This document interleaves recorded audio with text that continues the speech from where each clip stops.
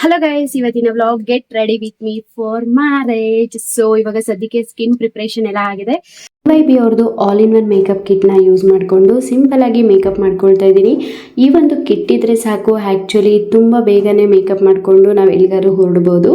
First skin pampering ಅನ್ನೋದು ತುಂಬಾ important. ಅದರಲ್ಲಿ ಮೇಯ್ನು ಮಾಯ್ಶ್ಚರೈಸರು, ಸನ್ಸ್ಕ್ರೀನು ಮತ್ತು ಸಿರಮ್, ಇವು ಮೂರನ್ನು ನಾನು ಆಲ್ರೆಡಿ ಅಪ್ಲೈ ಮಾಡಿದ್ದೀನಿ. ಈಗ NYB ಅವರದ್ದು ಪ್ರೈಮರ್ ತೊಗೊಂಡು ಅಪ್ಲೈ ಮಾಡ್ಕೊಳ್ತಾ ಇದ್ದೀನಿ. ಇದು ಕೂಡ ಕಿಟ್ಟಲ್ಲೇ ಇರುತ್ತೆ.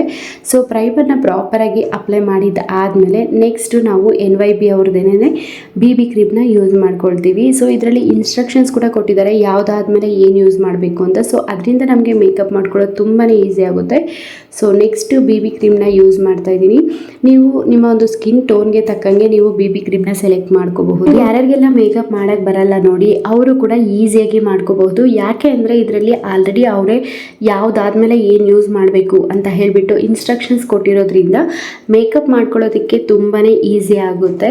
ಸೊ ನಾನಿವಾಗ ನೋಡ್ತಾ ಇರ್ಬೋದು, BB ಕ್ರೀಮ್ನ ಅಪ್ಲೈ ಮಾಡಿದ್ದಾದಮೇಲೆ ಚೆನ್ನಾಗಿ ನಾನು ಇದನ್ನೆಲ್ಲ ಬ್ಲೆಂಡ್ ಮಾಡ್ತಾ ಇದ್ದೀನಿ. ಸೊ ನನ್ನ ಹತ್ರ ಬ್ರಷ್ ಇತ್ತು, ಬ್ರಷಲ್ಲೇ ಬ್ಲೆಂಡ್ ಮಾಡ್ತಾ ಇದ್ದೀನಿ. ನಿಮ್ಮ ಹತ್ರ ಬ್ರಷ್ ಇಲ್ಲಾಂದರೆ ನೀವು ಕೈಯಲ್ಲೇ ಬ್ಲೆಂಡ್ ಮಾಡ್ಕೋಬೋದು. ಚೆನ್ನಾಗಿ ಬ್ಲೆಂಡ್ ಆಗುತ್ತೆ ಇದು.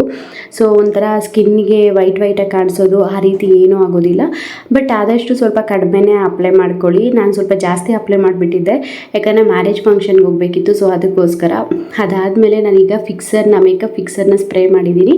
ಅದಾದಮೇಲೆ ಈಗ ಕಾಂಪ್ಯಾಕ್ಟ್ ಪೌಡರ್ನು NYB ಅವ್ರದ್ದೇ ಯೂಸ್ ಮಾಡ್ತಾ ಇದ್ದೀನಿ.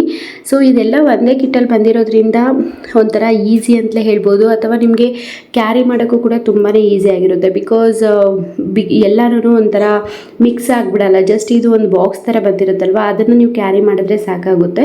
ಸೊ ನೆಕ್ಸ್ಟು ಸ್ವಲ್ಪ ಬ್ಲಷ್ನ ಯೂಸ್ ಮಾಡ್ತಾ ಇದ್ದೀನಿ. ಯೂಶ್ವಲಿ ನಾನು ಬ್ಲಷ್ ನನಗೆ ಅಷ್ಟು ಇಷ್ಟ ಆಗಲ್ಲ, ಆ್ಯಂಡ್ ನನಗೆ ಹೆಂಗೆ ಹಾಕ್ಕೋಬೇಕು ಅಂತ ಕೂಡ ಅದು ಅಷ್ಟೊಂದು ಗೊತ್ತಿಲ್ಲ. ಬಟ್ ಆದರೆ ಚೆನ್ನಾಗಿ ಮರ್ಜ್ ಆಗುತ್ತೆ.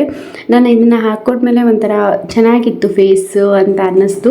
ನನಗೆ ಓಪನ್ ಪೋರ್ಸ್ ಇರೋದ್ರಿಂದ ನನ್ನ ಫೇಸ್ಗೆ ನನಗೆ ಅಷ್ಟೊಂದು ಇಷ್ಟ ಆಗಲ್ಲ ಬ್ಲಷಸ್ ಎಲ್ಲನೂ. ಬಟ್ ಇದು ನನಗೆ ತುಂಬಾ ಇಷ್ಟ ಆಯಿತು. ಸೊ ಇದಾದಮೇಲೆ ನೆಕ್ಸ್ಟ್ ಇದರಲ್ಲೇ ಮಸ್ಕರಾ ಮತ್ತು ಕಾಜಲ್ ಆ್ಯಂಡ್ ಲಿಪ್ಸ್ಟಿಕ್ ಕೂಡ ಕೊಟ್ಟಿರ್ತಾರೆ. ನನಗಂತೂ ಇದು ಒಂಥರ ಹೇಗಿತ್ತು ಅಂದರೆ, ಮೇಕಪ್ ಅನ್ನೋದು ಸ್ವೆಟ್ ಪ್ರೂಫ್ ಆಗಿರುತ್ತೆ ಅಂತ ಹೇಳ್ತಾರಲ್ವಾ, ಸೊ ಆ ಥರ ಅನ್ನಿಸ್ತು. ಬಟ್ ಆದರೆ ನಾನು ಕೆಲವೊಬ್ಬರನ್ನ ಕೇಳಿದೆ, ಗೈಸ್ ಸ್ವೆಟ್ ಪ್ರೂಫ್ ಮೇಕಪ್ ಬೇರೆ ಇರುತ್ತಾ ಅಥವಾ ನಾರ್ಮಲ್ ಮೇಕಪ್ ಬೇರೆ ಇರುತ್ತಾ ಅಂತ. ಬಟ್ ಅವ್ರು ಹೇಳಿದ್ರು ಏನಿಲ್ಲ, ಎಲ್ಲನೂ ಒಂದೇ, ನೀನು ಹಾಕಿ ಉಜ್ಜಿದ್ರೆ ಎಲ್ಲ ಮೇಕಪ್ಪು ಹೋಗುತ್ತೆ ಅಂತ ಹೇಳಿಬಿಟ್ಟು. ಎನಿವೆ ನಮ್ಗೆ ಅದ್ರ ಬಗ್ಗೆ ಗೊತ್ತಿಲ್ಲ ಅಲ್ವಾ, ನಾವೇನು ಬ್ಯೂಟಿಷಿಯನ್ ಅಲ್ಲ ಅಲ್ವಾ. ಸೊ ನಮಗೆ ಗೊತ್ತಿರೋ ಮೇಕಪ್ ನಾವು ಮಾಡ್ಕೊಳ್ಳೋಣ. ಇವಾಗ ಮಸ್ಕರನ್ನೆಲ್ಲ ಅಪ್ಲೈ ಮಾಡಿದ್ದಾದಮೇಲೆ ಈಗ ಲಿಪ್ಸ್ಟಿಕ್ನ ಹಾಕ್ತಾ ಇದ್ದೀನಿ. ಸೊ ಇದು ಕೂಡ NYB ಅವ್ರದ್ದು ಆ ಕಿಟ್ಟಲ್ಲೇ ಬಂದಿರೋದು. ತುಂಬ ಚೆನ್ನಾಗಿದೆ. ನನಗಂತೂ ಓಕೆ ಪರ್ಫೆಕ್ಟಾಗಿ ನನ್ನ ಫೇಸ್ಗೆ ಮ್ಯಾಚ್ ಆಗುತ್ತೆ ಅನ್ನೋ ಥರ ಇತ್ತು. ಮೇ ಬಿ ಇದು ಕಿಟ್ಟಲ್ಲಿ ಎಲ್ಲರಿಗೂ ಒಂದೇ ಕಲರ್ ಲಿಪ್ಸ್ಟಿಕ್ ಬರುತ್ತೆ ಅಂತ ಅಂದ್ಕೊಳ್ತೀನಿ. ಇದು ಯಾವುದೇ ರೀತಿ ಪ್ರಮೋಷನ್ ಅಲ್ಲ ಗೈಸ್, ಬೈ ದ ವೈ. ಇದು ನಾನು ಮಾಡಿದೆ ಒಂದ್ಸಲ ಯೂಸ್ ಮಾಡಿದೆ, ತುಂಬ ಇಷ್ಟ ಆಯಿತು. ಸೊ ಅದಕ್ಕೆ ಇನ್ನೊಂದು ಸಲ ಯೂಸ್ ಮಾಡಿ ತೋರಿಸ್ತಾ ಇದ್ದೀನಿ ಅಷ್ಟೇ. ಇವಾಗ ಫೈನಲ್ ಆಗಿ ಸ್ಟಿಕ್ಕರ್ ಇಟ್ಕೊಂಡು ಇನ್ನು ಸ್ಯಾರಿ ಉಟ್ಕೊಂಡು ರೆಡಿ ಆಗೋಣ. ಬನ್ನಿ ಸ್ಯಾರಿ ಉಟ್ಕೊಂಡು ಬರ್ತೀನಿ. ಸೊ ಇವಾಗ ಸ್ಯಾರಿ ಎಲ್ಲ ವೇರ್ ಮಾಡಿ ಹೇರ್ ಸ್ಟೈಲ್ ಎಲ್ಲ ಮಾಡ್ಕೊಂಡು ಬಂದೆ. ಇನ್ನು ನೆಕ್ಸ್ಟ್ ಇದ್ದಿದ್ದಲ್ವ ಜ್ಯುವೆಲರಿ ಹಾಕ್ಕೊಳ್ಳೋದು. ಅದರಲ್ಲಿ ಈ ಒಂದು ಬ್ಯೂಟಿಫುಲ್ ಇಯರಿಂಗ್ಸ್ನ ನಮ್ಮ ಒಂದು ಕಾಮಧೇನು ಪಿಜನ್ ಫ್ಯಾಷನಲ್ಲೇ ಸಿಗುತ್ತೆ.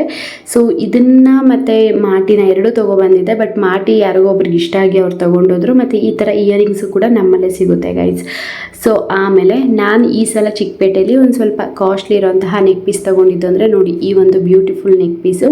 ನಿಜವಾಗ್ಲೂ ಹೇಳ್ತೀನಿ, ಡ್ರೆಸ್ಸಸ್ಗಾಗಿರ್ಬೋದು, ಸ್ಯಾರಿಗಾಗಿರ್ಬೋದು ತುಂಬ ಅಂದರೆ ತುಂಬಾ ಚೆನ್ನಾಗಿರುತ್ತೆ. ಇದರಲ್ಲಿ ನಮಗೆ ಕಂಪ್ಲೀಟಾಗಿ ಪೆಂಡೆಂಟ್ ಆಗಿರ್ಬೋದು ಮತ್ತು ಸ್ಟೋನ್ ವರ್ಕ್ ಆಗಿರ್ಬೋದು ತುಂಬಾ ಚೆನ್ನಾಗಿದೆ.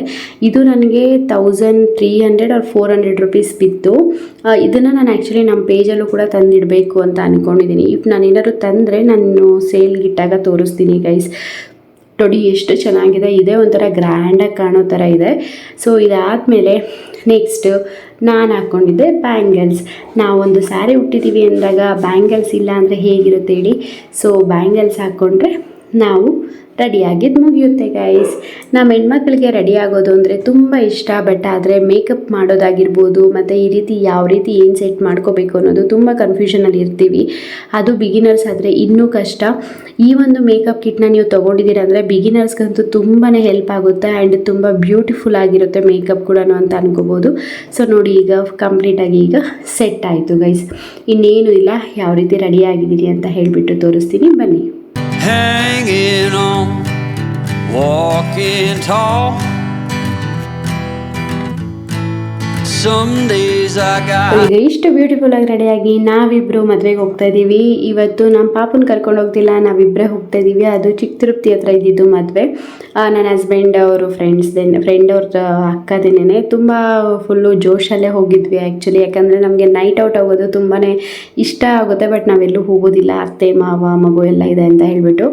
ಸೊ ಅದಕ್ಕೇನೆ ಇವತ್ತು ಬರೀ ನಾವಿಬ್ಬರೇ ಹೋಗಿದ್ವಿ. ತುಂಬ ಖುಷಿ ಆಗ್ತಾಯಿತ್ತು. ಹಾಗೆ ಹೋಗಿ ಮದುವೆ ಅಟೆಂಡ್ ಮಾಡಿ ಫ್ರೆಂಡ್ಸ್ ಜೊತೆ ಎಲ್ಲ ಫೋಟೋಸ್ ಇಡ್ಸ್ಕೊಂಡು, ನನ್ನ ಹಸ್ಬೆಂಡು ತುಂಬ ಹೊತ್ತು ಫ್ರೆಂಡ್ಸ್ ಜೊತೆ ಇದ್ದರು ಇವತ್ತು.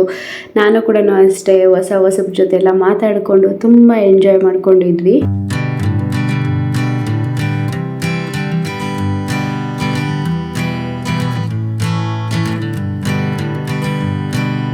hanging on, walking tall. Some days I got no use for it all.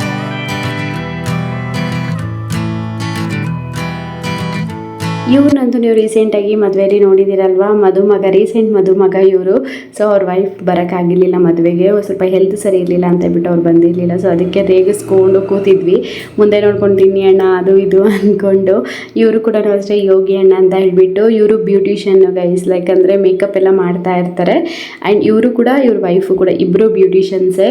ತುಂಬ ಕ್ಯೂಟಾಗಿ ಮಾತಾಡಿಸ್ತಾರೆ. ಇವ್ರದ್ದು ಲವ್ ಮ್ಯಾರೇಜ್ ಆ್ಯಂಡ್ ತುಂಬ ಅನ್ಯೋನ್ಯತೆಯಿಂದ ಇರ್ತಾರೆ ಗೈಸ್ ಇಬ್ರು, ವೈಫ್ ಆ್ಯಂಡ್ ಹಸ್ಬೆಂಡ್ ಇಬ್ರು. ಆ್ಯಂಡ್ ಊಟ ಎಲ್ಲ ತುಂಬಾ ಚೆನ್ನಾಗಿತ್ತು. ಊಟ ಎಲ್ಲ ಬಾರಿಸ್ಕೊಂಡು ಚೆನ್ನಾಗಿ ಬ್ಯಾಟಿಂಗ್ ಮಾಡಿದ್ವಿ. ಸೊ ತುಂಬ ಚೆನ್ನಾಗಿತ್ತು ಊಟ ಆ್ಯಕ್ಚುಲಿ. ಲೈಕ್ ಸೋಡಾ ಆ ಥರ ಎಲ್ಲ ಏನೂ ಅನ್ನಿಸ್ಲಿಲ್ಲ, ತುಂಬ ಚೆನ್ನಾಗಿತ್ತು ಊಟ ಎಲ್ಲ. ಇವಾಗ ಮಾಡಿಕೊಂಡು ಹಾಗೆ ಒಂದು ಸ್ವಲ್ಪ ಹೊತ್ತು ಎಲ್ಲರ ಜೊತೆ ಮಾತಾಡ್ಕೊಂಡಿದ್ವಿ. ಇವರು ಮಧು ಅವ್ರ ಅಮ್ಮ, ನನ್ನ ಜೊತೆ ರೆಗ್ಯುಲರಾಗಿ ವಾಕಿಂಗ್ ಬರ್ತಾ ಇರ್ತಾಳಲ್ವ, ಅವ್ರ ಅಮ್ಮ ಇವರೆಲ್ಲ ಇಲ್ಲೇ ಸ್ಟೇ ಆಗಿರ್ತಾರೆ. ಬಿಕಾಸ್ ಹುಡುಗನ ಕಡೆಯವರೆಲ್ಲ ರಿಲೇಷನ್ ಗೈಸ್. ಇಲ್ಲಿ ನೋಡಿ ನಮ್ಮ ಪರೋಡಿಗಳು ಹೇಗೆ ಬೈತಾ ಇದ್ದಾರೆ ಅಂತ ಹೇಳ್ಬಿಟ್ಟು. ಸೊ ಇವ್ರ ಜೊತೆ ಎಲ್ಲ ಸ್ವಲ್ಪ ತರಲೆ ಮಾಡ್ಕೊಂಡಿದ್ದು. ಇವಾಗ ಮನೆ ಕಡೆ ಹೊರಟ್ವಿ. ಇವತ್ತಿನ ದಿನ ಅನ್ನೋದು ತುಂಬ ಚೆನ್ನಾಗೋಯ್ತು, ಯಾಕಂದರೆ night out after long time ನಾವು ಹೋಗ್ತಾ ಇರೋದು. ಸೊ ತುಂಬ ಚೆನ್ನಾಗಿತ್ತು. ಆಮೇಲೆ ಮನೆಗೆ ಬಂದ್ವಿ. ಮನೆಗೆ ಬಂದಿದ್ದಾದಮೇಲೆ ಸ್ವಲ್ಪ ರೋಸ್ಮೇರಿ ಆಯಿಲ್ ಮಾಡಿಡಬೇಕಾಗಿತ್ತು. ಸರಿ ಮಾಡಿಟ್ಬಿಟ್ಟು ಮಲಗೋಣ ಅಂತ ಹೇಳಿಬಿಟ್ಟು ಪ್ಯಾರಾಚೂಟ್ ಕೊಕೊನೆಟ್ ಆಯಿಲ್ ತಗೊಂಡು ಅದಕ್ಕೆ ನಾನು ಇಲ್ಲಿ ಹರಳೆಣ್ಣೆ ಹಾಕ್ಕೊಳ್ತಾ ಇದ್ದೀನಿ. ಸೊ ಹರಳೆಣ್ಣೆ ಹಾಕ್ಕೊಳ್ಳೋದ್ರಿಂದ ನಮ್ಮ ಹೇರ್ ಗ್ರೋತ್ ಅನ್ನೋದು ತುಂಬ ಚೆನ್ನಾಗಾಗುತ್ತೆ. ಆ್ಯಂಡ್ ಇದಕ್ಕೆ ರೋಸ್ಮೇರಿ ಆ್ಯಂಡ್ ಮೆಂತ್ಯ ಲವಂಗನ ತಗೊಳ್ತಾ ಇದ್ದೀನಿ. ರೋಸ್ಮೇರಿನ ನಾನು ಬ್ಲಿಂಕಿಟಲ್ಲಿ ಆರ್ಡ್ರ್ ಮಾಡಿ ತರಿಸ್ಕೊಂಡಿದ್ದೆ, 15 ರುಪೀಸ್ ಏನೋ ತೊಗೊಂಡ್ರು. ಈಗ ಲೋ ಫ್ಲೇಮಲ್ಲೇ ಇಟ್ಕೊಂಡು ಚೆನ್ನಾಗಿ ಇದನ್ನು ಫ್ರೈ ಮಾಡ್ಕೊಳ್ತಾ ಇದ್ದೀನಿ. ಲೈಕ್ ಆಯಿಲಲ್ಲಿ ಇದನ್ನೆಲ್ಲನೂ ಚೆನ್ನಾಗಿ ಮಿಕ್ಸ್ ಮಾಡ್ತಾ ಇದ್ದೀನಿ ಗೈಸ್. ಸೊ ಇದೆಲ್ಲ ಚೆನ್ನಾಗಿ ಮಿಕ್ಸ್ ಆಗಿದ್ದಾದಮೇಲೆ ನಿಮ್ಗೇನಾದ್ರು ಕರಿಬೇವು ಅಲರ್ಜಿ ಆ ಥರ ಏನಿಲ್ಲ ಅಂದರೆ ಕರಿಬೇವನ್ನ ಇದಕ್ಕೆ ಆ್ಯಡ್ ಮಾಡ್ಕೋಬಹುದು. ನಾನು ಇದಕ್ಕೆ ಕರಿಬೇವನ್ನ ಆ್ಯಡ್ ಮಾಡ್ತೀನಿ ಇನ್ನೊಂದು ಸ್ವಲ್ಪ ಕಲರೆಲ್ಲ ಚೇಂಜ್ ಆದಮೇಲೆ. ಸೊ ನೀವು ನೋಡ್ತಾ ಇರ್ಬೋದು ಸ್ವಲ್ಪ ಕಲರ್ ಚೇಂಜ್ ಆಗ್ತಾ ಇದೆ. ಸೊ ಇದು ಫುಲ್ಲು ಸೀದೋಗೋ ಥರ ಆಗಬೇಕು. ಆಮೇಲೆ ಕರ್ಬೇವಿನ ಸೊಪ್ಪು ಹಾಕ್ಕೊಂಡು ಒಂದು ಸ್ವಲ್ಪ ಹೊತ್ತು ಬಿಟ್ಟು ನೀವು ಇದಕ್ಕೆ ಮುಚ್ಚಿಬಿಟ್ಟು ಸೈಡ್ಗೆ ಎತ್ತಿಟ್ಕೊಳ್ಳೋದಷ್ಟೇ. ನೆಕ್ಸ್ಟ್ ಡೇಯಿಂದ ಯೂಸ್ ಮಾಡ್ಕೊಳ್ಳೋದು. ಸೊ ಇದರದ ಬೆನಿಫಿಟ್ಸ್ ಅಂತೂ ತುಂಬಾ ಇದೆ. ಹೇರ್ ಗ್ರೋತ್ಗಂತೂ ತುಂಬಾ ಹೆಲ್ಪ್ ಮಾಡುತ್ತೆ. ನಿಮ್ಗೆ ಯಾರಿಗಾದ್ರೂ ಇಂಟ್ರೆಸ್ಟ್ ಇದ್ದರೆ ಮಾಡ್ಕೊಳ್ಳಿ ಗೈಸ್. ಸೊ ಇವತ್ತಿನ ವ್ಲಾಗ್ ಇಷ್ಟೇ. ನಿಮ್ಗೆ ಇಷ್ಟ ಆಗಿದ್ರೆ ಒಂದು ಲೈಕ್ ಮಾಡಿ, ಶೇರ್ ಮಾಡಿ, ಸಬ್ಸ್ಕ್ರೈಬ್ ಮಾಡ್ಕೊಳ್ಳಿ. ಬಾಯ್ ಬಾಯ್.